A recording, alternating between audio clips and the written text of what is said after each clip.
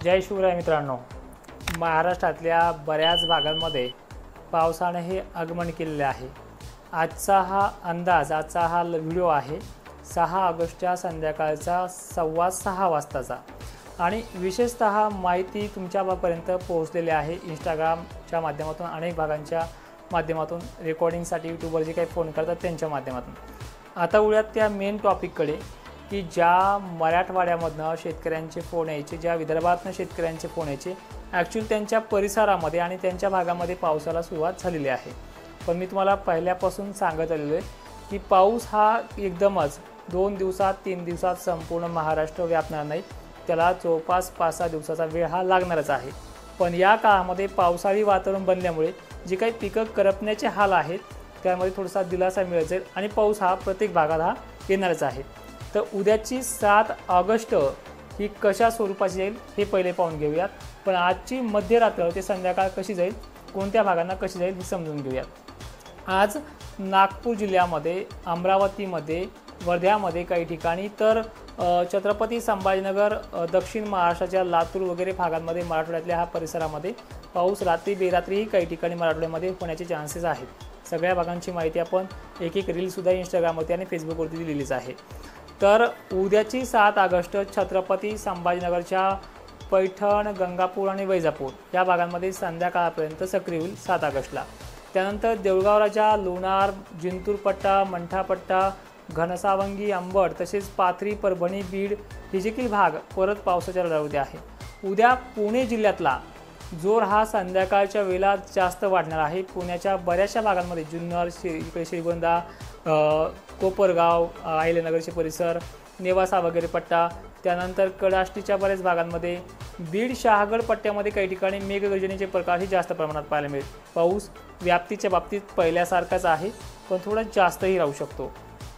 उद्या अकोल्यामध्ये, अमरावतीमध्ये आजपासून कोणत्याही टायमिंगमध्ये 24 तासामध्ये मजल मारणार आहे आणि मालेगाव, जळगाव, धुळे, नंदुरबार हे जे काही भाग आहेत या भागांना कमीत कमी 13 तारखेपर्यंत अनेक ठिकाणी वेटिंग करावी लागणार आहे। पण एवढंही वातावरण तुमच्या भागामध्ये बखाडी राहणार नाही, जेणेकरून पावसाचं काही लगे ह्याच्यामध्ये बंद नाही असं नाही आहे। यामध्ये सुद्धा स्थानिक लेवलला भाग बदलत पद्धतीचा पाऊस तिथे ॲक्टिव्ह असणार आहे। पण बरेचसे शेतकरी आश लावून बसत आहेत की आमच्या आजूबाजूला पडला आहे, खरंच आम्हाला कोणती तारीख मोठी आहे त्या दिवशी आमचे सगळे भाग घेईल, तर ही 12 आणि 13 आहे। पण त्या अगोदरसुद्धा ह्या 2 दिवसामध्ये तुमच्याकडे पावसाचं वातावरण आणि पाऊस हा सुरू होत राहील। त्यानंतर विषय आहे हिंगोलीचा, वाशिमचा, चंद्रपूरचा, गोंदियाचा यांच्या बऱ्याच भागांमध्ये आज मध्यम स्वरूपाचा वातावरण बनणं, काही ठिकाणी चांगला पाऊस पडणं हे घडत आलेलं आहे। पण उद्या आजच्या संध्याकाळपासून तर उद्याच्या लाईव्हपर्यंत किंवा उद्याच्या मध्यरात्रीपर्यंत म्हणजे 7 ऑगस्टच्या संध्याकाळपर्यंत पाऊस या भागांमध्ये नक्की चंद्रपूर, गोंदिया, हिंगोली, यवतमाळ भागांमध्ये, नांदेडसुद्धा होणार आहे। आणि जे काही सोडलेले भाग आहेत मराठवाड्यामध्ये येत्या 24 तासामध्ये त्यांना घ्यायला सुरुवात करणार आहे। सोडलेल्या भागांना, घेतलेल्यांना परत रिपिटेशनमध्ये पडणार आहे असं वातावरण ह्या भागातलं आहे। आता थोडक्यात जाणून घेऊयात, म्हणजे थोडीफार आपण जे काही भाग कमी पावसाच्या बाबतीत होते त्यांची माहिती दिली आहे। उद्या सांगली, सोलापूर, पुणे, अहिल्यानगर, छत्रपती संभाजीनगर, मराठवाड्यातल्या सर्व जिल्ह्यांना भाग बदलत पद्धतीनं पाऊस आहे। पण विशेष नवल असं वाटतंय की ज्या चंद्रपूरच्या भागांमध्ये काही ठिकाणी सुरुवात झाला या भागांना विजांच्या कडकडाटामध्ये विजा पडण्याच्या भीतीसह नागपूर, यवतमाळ, चंद्रपूर, वर्धा, वाशिम या भागांमध्ये आहे। अकोला, अमरावती ह्या भागात देखील उद्या पावसाची दस्तक चांगली पद्धतीने राहणार आहे, म्हणजे 7 ऑगस्टला। बुलढाणा जिल्ह्यातल्या खामगाव, चिखली, देऊळगाव राजामध्ये रिपिटेशनमध्ये आहे, म्हणजे ज्यांना पडलं त्यांनाही आहे आणि काही भागांना अजूनही येईल। नाशिक जिल्ह्यामध्ये उद्या, नाशिक क्षेत्रावाले आहे का, नाशिक, मालेगाव, साक्री, धुळे या भागातही उद्या काही ठिकाणी पावसाची एंट्री ही चांगल्या पद्धतीनं असणार आहे। एकंदरीत परिस्थिती उद्याच्या 7 ऑगस्टची चांगली आहे। आता उद्यात शुक्रवारच्या तारखेला, शुक्रवारला चंद्रपूर, अहिल्यादेवीनगर परिसर फोकसमध्ये असणार आहे। सोलापूर, सांगली तर आहेच। संध्याकाळच्या कोणत्याही वेळेला हा पाऊस ॲक्टिव्ह होईल। जळगावमध्ये पाऊस हा शुक्रवारीसुद्धा एंट्री करणार आहे पुन्हा एकदा, म्हणजे 8 तारखेला सुद्धा मराठवाडा आणि पूर्व विदर्भसुद्धा शुक्रवारच्या तारखेला म्हणजे 8 तारखेला पुन्हा एकदा आहे।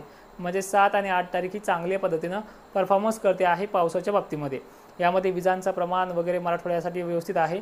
आणि एक विनंती करेल की ज्यांच्या भागांचा जिल्हा माझ्याकडनं चुकून राहिला असेल सांगण्याच्या बाबतीत त्यांनी फक्त एक कमेंट करायची की आमच्या जिल्ह्याची माहिती द्या, त्या कमेंटला मी रिप्लाय देईल।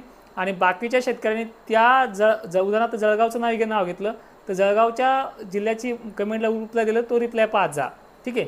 तर अशा प्रकारची कंडिशन आहे आणि विशेषतः पूर्व विदर्भ मराठवाड्यासाठी पुढचे 3 ते 4 दिवस पाऊस मेघगर्जनेसह राहणार आहे। नागपूर चंद्रपूरला 6 ऑगस्टला संध्याकाळी काही ठिकाणी पडेल, उद्याही काही ठिकाणी पडेल आणि 10 तारखेपर्यंत नागपूरचे बरेचसे जवळपास एखादा भाग सुटला आणि आता सगळेच भाग तो पूर्व विदर्भाचे कव्हर करणार आहे। आणि एक्झॅक्टली जे काही हे वातावरण आहे, ही वातावरणाची काही प्रणाली आहे, ही जवळपास महाराष्ट्रामध्ये टिकून आहे 16 ते 17 तारखेपर्यंत। म्हणजे पावसाळी वातावरण आणि रोज महाराष्ट्रात पाऊस हा या आठवडा ते दीड आठवडा कायम टिकून राहणार आहे। तर अशा प्रकारची परिस्थिती आहे। तर आता एक वळूयात आपण मेन मुद्द्याकडे, म्हणजे एक्झॅक्टली ज्या तारखेबद्दल आपल्याला स्पष्ट बोलायचं आहे, कारण की 7 तारखेला रात्रीलाही होणारच आहे। तर संध्याकाळच्या संध्याकाळपर्यंत दिलासा कोणाकोणाला मिळतोय, ज्या सोडलेल्या भागांच्याबद्दल बोलतोय आपण। यामध्ये नाशिक क्षेत्र आहे, पालघर, पुणे, ठाणे, जुन्नर पट्टा, सिन्नर पट्टा, बारामती पट्टा, सातारा, सांगली पट्टा हा देखील आहे। अहिल्यानगरला सुद्धा ठिकठिकाणी उद्या पावसाला सुरुवात होईल। यावेळी पडणारा पाऊस भाग कमी जरी घेत असला पण जिथे पडेल तिथे समाधानकारक पडणार आहे, अशी परिस्थिती आहे। छत्रपती संभाजीनगरचे जे काही वैजापूर, गंगापूर, पैठण, बऱ्याच शेतकऱ्यांच्या शेतातून पाणी वाहिलं नाही असे शेताचे जे काही भाग आहेत, ह्युमिडिटीच्या लेवलमुळे, गरमीच्या आर्द्रतेमुळे पावसाचं पाण्याच्या थेंबाचं जे काही जाडीकरण आहे हे या भागांमध्ये चांगलं राहणार आहे। त्यानंतर बीड मराठवाड्याची कंडिशन तर तुम्हाला सांगितली, तुमच्या सगळ्या जिल्ह्यांना पुढच्या 3 दिवसामध्ये चांगल्या पद्धतीने कव्हर करणार आहे, कारण की दक्षिणेकडनं आणि पूर्वेकडनं येणारी पावसाचे प्रभाव या मराठवाड्याला कदरून सोडल्याशिवाय राहणार नाही आहे। नांदेडमध्ये पालम पूर्णाचे काही शेतकरी फोन करतायत, तर यांच्या भागामध्ये उद्या दुपारी 2:30 ते 3च्या सुमारास 7 तारखेला 2 दिवस चांगला पाऊस आहे तुम्हाला, 7 आणि 8। 7ला तुमच्या बऱ्याचशा भागांच्या इच्छा पूर्ण होऊन जाईल अशी कंडिशन आहे। परत एकदा पूर्व विदर्भाकडे बोलतोय की पूर्व विदर्भाची जी काही सिस्टम आहे पावसाच्या प्रणालीच्या बाबतीत, ही सिस्टम चांगल्या पद्धतीने परफॉर्मन्स करते। येत्या 24 तासामध्ये चंद्रपूरच्या सर्व तालुक्यामध्ये बऱ्याच ठिकाणी विजांच्या अलर्टसह पावसाचं प्रमाण हे अधिकरित्या राहील। काही ठिकाणी नदी नालीचे व्हिडिओ यवतमाळ आणि चंद्रपूरच्या या लगतच्या भागांना चांगले पाहायला मिळतील। वाशिमला याचा प्रभाव आहे, अकोल्याला उद्या प्रभाव आहे, नागपूर आहे। येत्या 24 तासामध्ये आजच्या ह्या लाईव्हच्या टायमिंगपासून पुढे आहे। फक्त जळगाव, धुळे, नंदुरबार, शहादा भाग घेण्यामध्ये कमतरता करतोय। तुम्हाला मी पहिलेही सांगितले की 10 तारखेपर्यंत बरेचसे भाग कव्हर होतील आणि राहिलेले भाग 12-13 तारखेला पूर्ण होऊन जातील।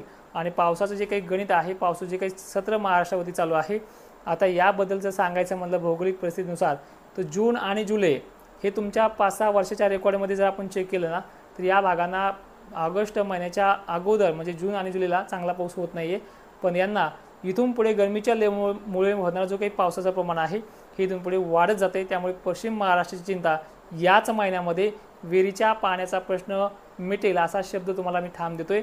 आणि महाराष्ट्रातल्या पावसाची जी काही कंडिशन आहे, मराठवाडा ओल्या दुष्काळाकडे ओढ घेईल आणि पूर्व विदर्भाबरोबरच पश्चिम महाराष्ट्रातल्या पाणी कमी असलेल्या भागांना विहिरीत तुडुंब भरून वाहतील। हा महिना ऑगस्टसाठी असा आहे। उद्या एक व्हिडिओ आपला असा होणार आहे की परतीच्या पावसासंदर्भात माहिती त्याच्यामध्ये असणार आहे। तर जय शिवराय, धन्यवाद।